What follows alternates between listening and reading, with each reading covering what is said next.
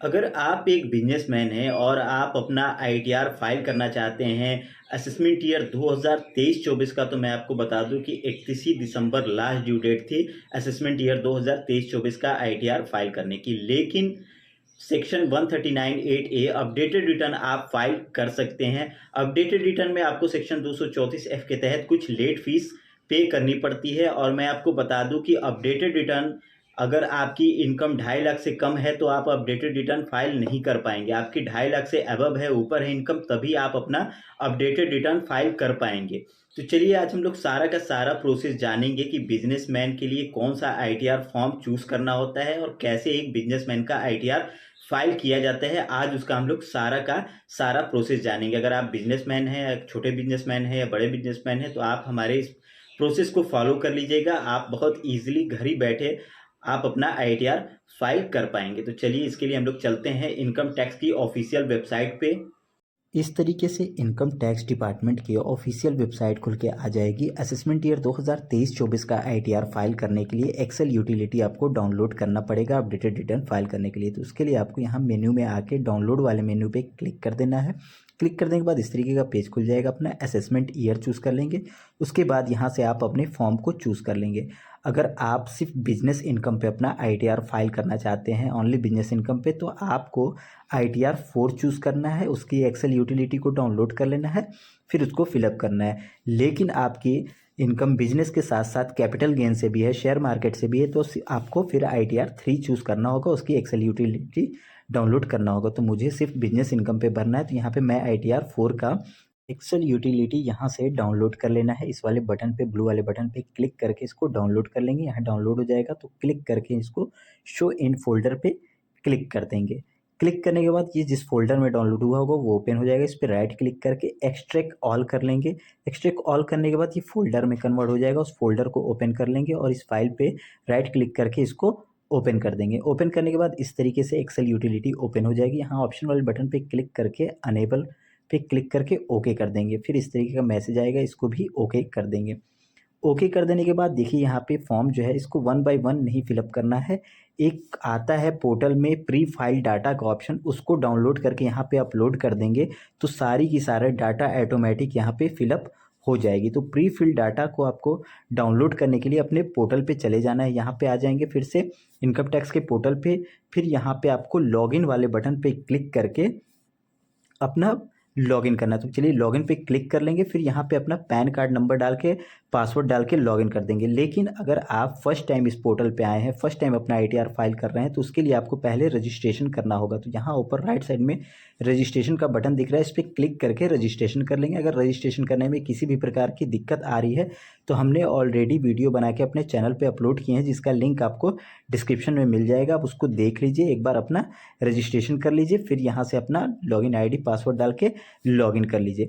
Login कर लेने के बाद यहाँ पे देखिए आपको ऊपर फाइल का ऑप्शन दिख रहा है। तो इसके बाद यहाँ पे इनकम टैक्स, फिर यहाँ पे राइट साइड में आएंगे तो यहाँ पे देखिए नीचे दिखा रहा है डाउनलोड प्री फाइल डाटा का ऑप्शन, उसी पे क्लिक कर देंगे। क्लिक कर देने के बाद यहाँ से अपना करंट असेसमेंट ईयर चूज़ कर लेंगे, फिर यहाँ से डाउनलोड कर लेंगे। लेकिन अगर आप फर्स्ट टाइम आए हैं इस पोर्टल पे तो सबसे पहले आपको यहाँ पे अपना बैंक अकाउंट को इसमें अटैच कर लेना है, तभी तो आपका बैंक अकाउंट शो होगा।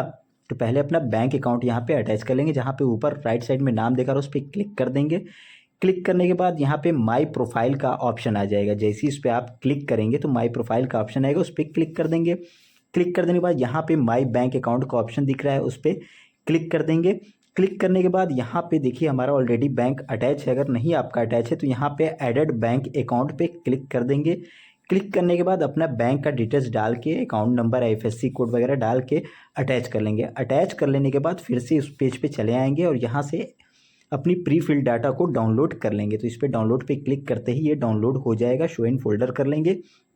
तो इस तरीके से आपकी जो प्री फिल डाटा है डाउनलोड हो जाएगा। फिर से आप एक्सेल यूटिलिटी में चले जाएंगे। एक्सेल यूटिलिटी में जाके यहाँ पे इंपोर्ट प्रीफिल डाटा पे क्लिक करके यहाँ पे ओके कर देंगे। फिर जहाँ पे भी आपकी प्रीफिल डाटा रखे होंगे उसको सेलेक्ट करके ओके कर देंगे। तो देखिए यहाँ पे ऑटोमेटिक सारा का सारा डिटेल्स फीड हो जाएगा और यहाँ पे एक मैसेज आ गया है कि 2 लाख से अगर नीचे की इनकम होगी तो आप ये आईटीआर फाइल नहीं कर पाएंगे।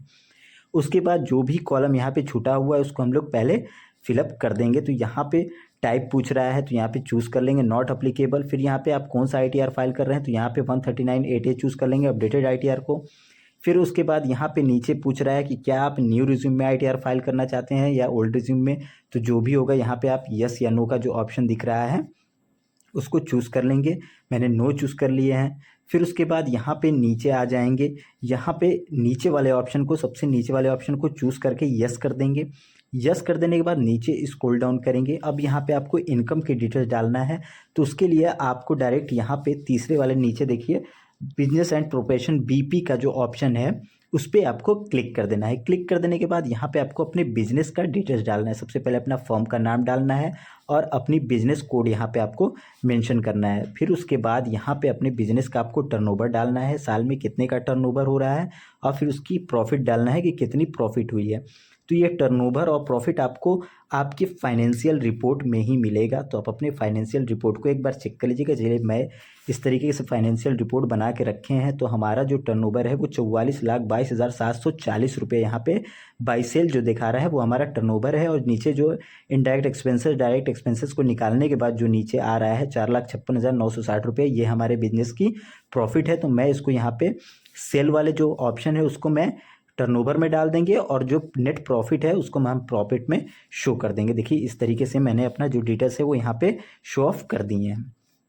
उसके बाद आपको यहाँ से नीचे स्क्रॉल डाउन करना है, ये सब डिटेल्स मेंशन कर लेने के बाद फिर यहाँ से अगर आपका 44ADA का बिजनेस है, आपका 44AE का मतलब प्रोफेशनल बिजनेस है, 44AE यानी कि आपका ट्रांसपोर्ट का बिजनेस है, अगर ऐसा है तो आप इसी चीज़ को फिलअप करेंगे, नहीं तो छोड़ देंगे अगर आप 44AD में है।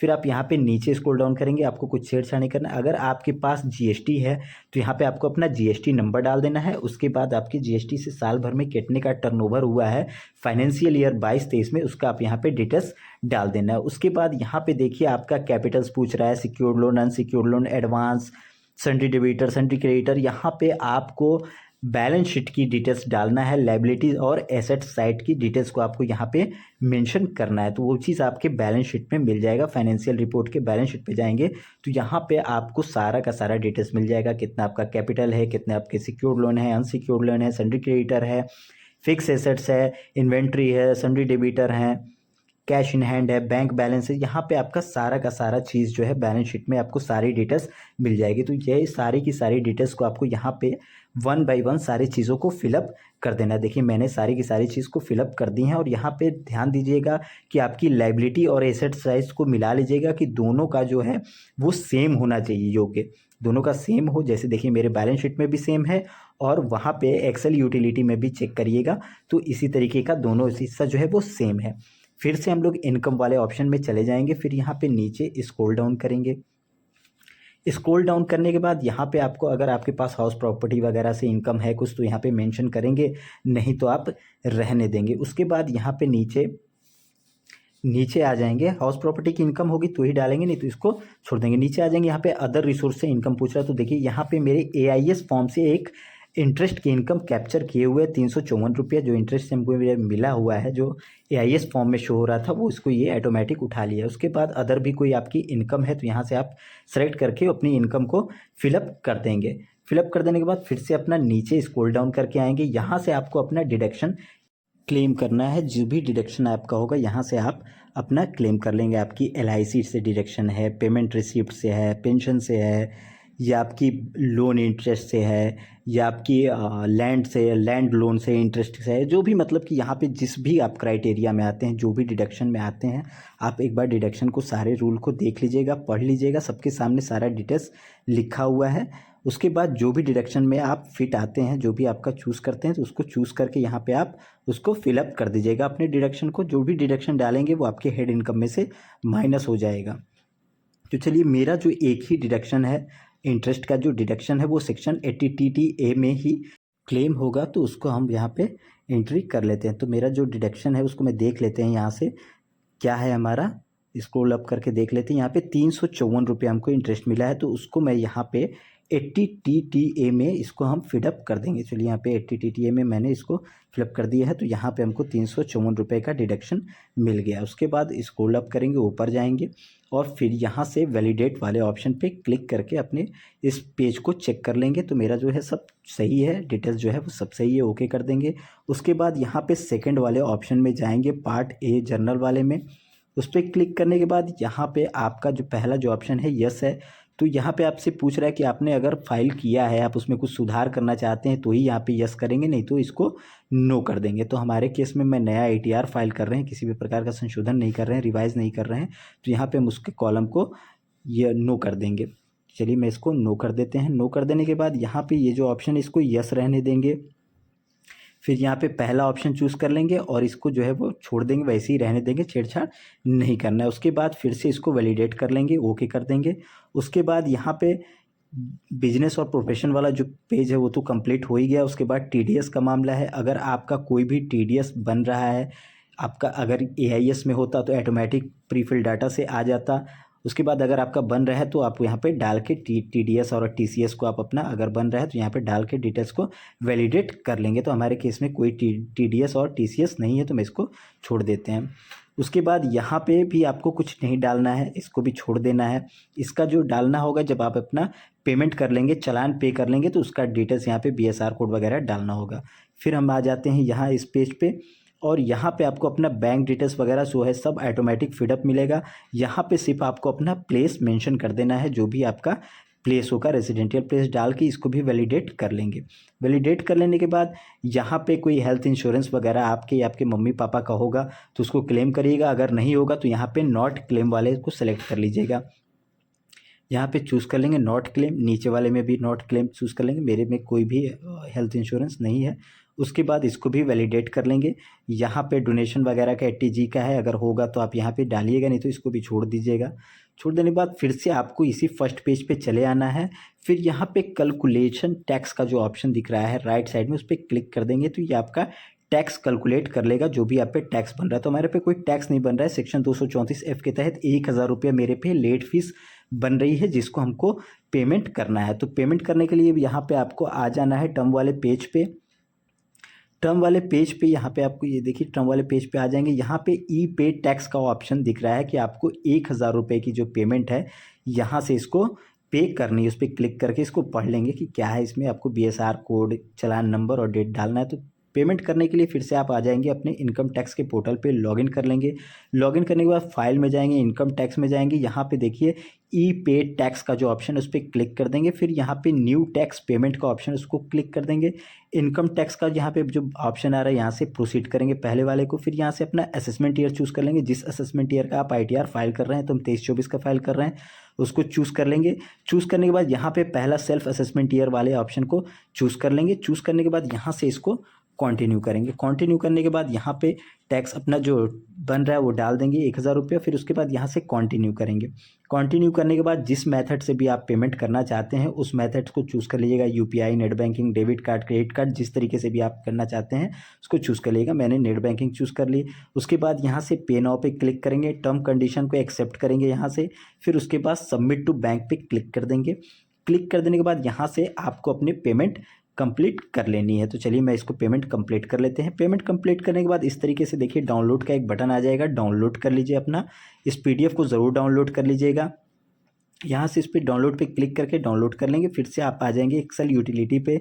फिर यहाँ पे ही मैंने बताया था पार्ट बी में कि यहाँ पे आपको BSR कोड वगैरह चालान का डिटेल्स डालना है। तो यहीं पे आप अपना BSR कोड डाल लीजिएगा, चालान का डेट डाल लीजिएगा, चालान का नंबर डाल लीजिएगा। आपको इस चालान वाले पेज पे सारा का सारा डिटेल्स आपको मिल जाएगा। BSR code, challan number, date of filing, date amount, सारा का सारा आपको डिटेल्स यहाँ पे मिल जाएगा। यहाँ से अपना कॉपी करके यहाँ पे आपको सब मेंशन कर देना है।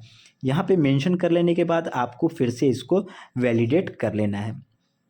चलिए ऊपर इसको स्क्रॉल करके वैलिडेट कर लेते हैं। वैलिडेट करने के बाद फिर से यहाँ पे कैलकुलेट टैक्स पे क्लिक करके कैलकुलेट कर लेंगे। यहाँ पे क्लिक करके टैक्स को कैलकुलेट कर लेने के बाद यहाँ पे देखिए JSON फाइल का डाउनलोड का ऑप्शन, उस पर क्लिक कर लेंगे। तो यहाँ पे जहाँ पे मेरी फाइल थी यहाँ पे देखिए डाउनलोड हो गया एक हमारी JSON फाइल।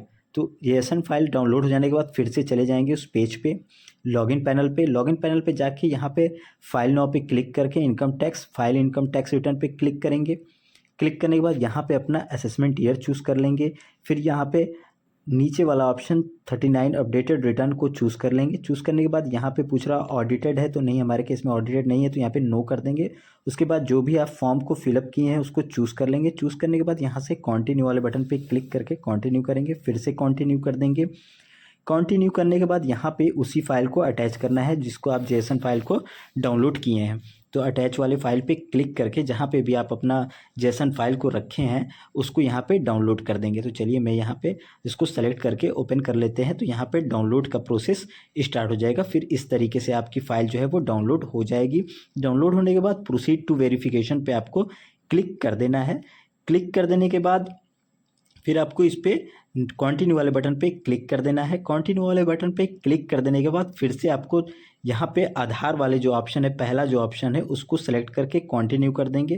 कंटिन्यू कर देने के बाद आपके आधार में जो रजिस्टर्ड मोबाइल नंबर होगा उस मोबाइल नंबर पे एक ओटीपी चला जाएगा। ओटीपी डाल के सबमिट कर दें। सबमिट कर देने के बाद आपका आईटीआर वेरीफाई हो जाएगा। तो इस तरीके से आप अपडेटेड आईटीआर फाइल कर सकते हैं एक बिजनेसमैन का। तो अगर आपको ये जानकारी पसंद आई है तो ज़्यादा से ज़्यादा लोगों से शेयर कीजिए और साथ ही साथ हमारे इस चैनल को सब्सक्राइब कीजिए।